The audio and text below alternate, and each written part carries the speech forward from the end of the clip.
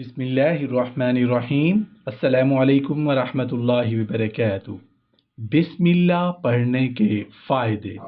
بسم اللہ پڑھنے سے تمام بدن پاک ہو جاتا ہے۔ جس نے بسم اللہ شریف پڑھے بغیر وضو کیا اس کے صرف وہی اعضاء پاک ہوں گے جو اس نے دھوئے، اور جس نے بسم اللہ پڑھ کر وضو کیا اس کا تمام بدن پاک ہو جائے گا۔ جنت کا ٹکٹ بسم اللہ شریف ہی ہے۔ جب جنت میں جانے کا وقت آئے گا تو اہل بہشت کو ایک ٹکٹ دیا جائے گا جس پر لکھا ہوگا بسم اللہ الرحمن الرحیم۔ یہ اللہ کی طرف سے فلاں بن فلاں کے نام ٹکٹ ہے۔ اے فرشتو، اسے اعلیٰ جنت میں داخل کرو جس کے پھل انسان کی پہنچ سے باہر نہیں۔ وضو سے قبل بسم اللہ پڑھنے کا کیا اجر مل سکتا ہے؟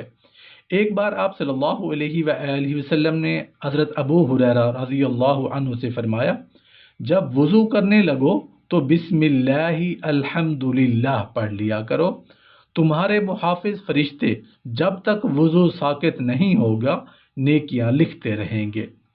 جو شخص کسی جانور پر سوار ہوتے وقت یا سواری پر سوار ہوتے وقت بسم اللہ الحمدللہ پڑھ لے تو جب تک وہ اس پر سوار رہے گا اس کے واسطے نیکیاں لکھی جائیں گی۔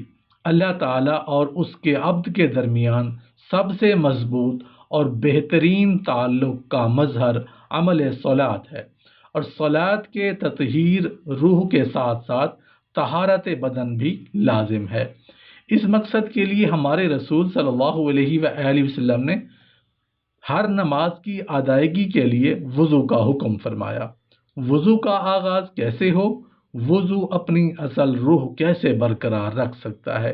وہ کون سا عمل ہے جس پر وضو کی مقبولیت کا انحصار ہے؟ سنیے، ابو سعید خدری رضی اللہ عنہ کہتے ہیں کہ نبی کریم صلی اللہ علیہ وآلہ وسلم نے ارشاد فرمایا، جس نے بسم اللہ کہہ کر وضو نہیں کیا اور وضو سے محروم رہا۔ جو شخص اپنی بیوی کے پاس جاتے وقت بسم اللہ پڑھ لے تو اس میں شیطان شریک نہیں ہوگا، اور اگر اس ہم بستری سے حمل قائم ہو جائے تو اس حمل کا بچہ اپنی زندگی میں جس قدر سانس لے گا اس قدر اس کے باپ کے اعمال میں نیکیاں لکھی جائیں گی۔ بسم اللہ زہر کا تریاق ہے۔ ایک دفعہ حضرت موسیٰ علیہ السلام بیمار ہو گئے۔ لاڈلے پیغمبر نے بارگاہ خداوندی میں اپنی کیفیت بیان کی۔ ارشاد ہوا، فلاں بوٹی کھا لو، آرام ہو جائے گا۔ حضرت موسیٰ علیہ السلام نے جنگل سے وہ بوٹی توڑ کر کھا لی، آرام آ گیا۔ کچھ عرصہ بعد پھر آپ کو وہی بیماری لاحق ہوئی۔ آپ سیدھے جنگل میں گئے اور وہی بوٹی توڑ کر کھائی، مگر افاقہ ہونے کی بجائے مرض نے شدت اختیار کر لی۔ آپ بارگاہ خداوندی میں حاضر ہوئے اور عرض کی، یا اللہ، پہلی مرتبہ اس دوا سے شفا حاصل ہوئی تھی لیکن اس دفعہ مرض اور بڑھ گیا ہے۔ اللہ تعالیٰ نے فرمایا، اس کی وجہ یہ ہے کہ پہلی مرتبہ تم ہماری طرف سے بوٹی کی طرف گئے تھے، اس لیے شفا حاصل ہو گئی۔ دوسری مرتبہ تم خود ہی اس کی طرف چلے گئے، اس لیے بیماری شدید ہو گئی۔ کیا تم نہیں جانتے ساری دنیا زہر قاتل ہے اور اس کا تریاق صرف ہمارا نام ہے۔ بسم اللہ پڑھنے سے کھانے میں شیطانی تصرف سے بچاؤ کا ذریعہ ہے۔ حضرت حذیفہ رضی اللہ عنہ فرماتے ہیں کہ مجھے نبی کریم صلی اللہ علیہ وآلہ وسلم نے بتایا، کھانے سے پہلے بسم اللہ نہ پڑھی جائے تو شیطان اس کھانے کو اپنے لیے حلال سمجھ لیتا ہے۔ حضرت عائشہ صدیقہ رضی اللہ عنہ فرماتی ہیں کہ جب کوئی شخص کھانے پر بسم اللہ پڑھنا بھول جائے تو وہ آخر میں یوں پڑھ لے، بسم اللہ اولہ و آخرہ۔ حضرت عیسیٰ علیہ السلام ایک بستی کے قریب سے گزرے۔ آپ کی پیغمبرانہ نگاہ زمین کے حجابات چیرتی ہوئی ایک مردے پر جا پڑی۔ دیکھا اسے سخت ترین عذاب ہو رہا ہے۔ اس قسم کے مشاہدات آپ کے لیے عام سی بات تھی، اس لیے وہاں سے آگے گزر گئے۔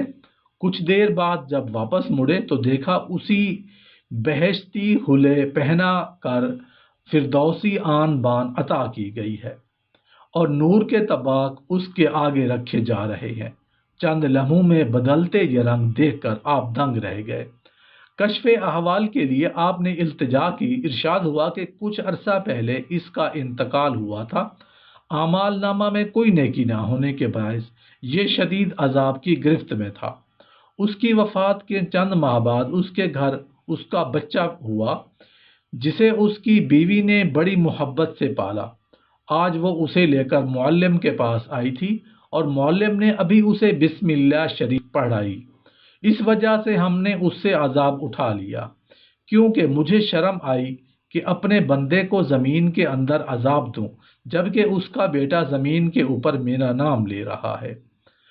صاحب تفسیر روح البیان نے بسم اللہ کے ماتحت ایک حدیث نقل فرمائی ہے کہ جب حضور صلی اللہ علیہ وآلہ وسلم معراج میں تشریف لے گئے اور جنتوں کی سیر فرمائی تو وہاں 4 نہریں ملاحظہ فرمائیں، ایک پانی کی، دوسری دودھ کی، تیسری شراب کی اور چوتھی شہد کی۔ جبرائیل امین سے دریافت کیا یہ نہریں کہاں سے آ رہی ہیں؟ حضرت جبرائیل امین نے عرض کیا کہ مجھے اس کی خبر نہیں۔ دوسرے فرشتے نے عرض کیا کہ ان چاروں کا چشمہ میں دکھاتا ہوں۔ ایک جگہ لے گیا، وہاں ایک درخت تھا جس کے نیچے ایک عمارت بنی ہوئی تھی اور دروازہ پر قفل پڑا ہوا تھا اور اس کے نیچے سے یہ چاروں نہریں نکل رہی تھیں۔ ارشاد فرمایا دروازہ کھولو۔ عرض کیا گیا اس کی چابی میرے پاس نہیں ہے بلکہ آپ کے پاس ہے، یعنی بسم اللہ الرحمن الرحیم۔ نبی کریم صلی اللہ علیہ وآلہ وسلم نے بسم اللہ الرحمن الرحیم پڑھ کر قفل کو ہاتھ لگایا، دروازہ کھل گیا۔ اندر جا کر ملاحظہ فرمایا کہ اس عمارت میں 4 ستون ہیں اور ہر ستون پر بسم اللہ لکھی ہے، اور بسم اللہ کی میم سے پانی جاری ہے، اللہ کی ہے سے دودھ جاری ہے، رحمان کی میم سے شراب اور رحیم کی میم سے شہد۔ اندر سے آواز آئی، اے میرے محبوب علیہ السلام، آپ کی امت میں جو بسم اللہ الرحمن الرحیم پڑھے وہ ان چاروں کا مستحق ہوگا۔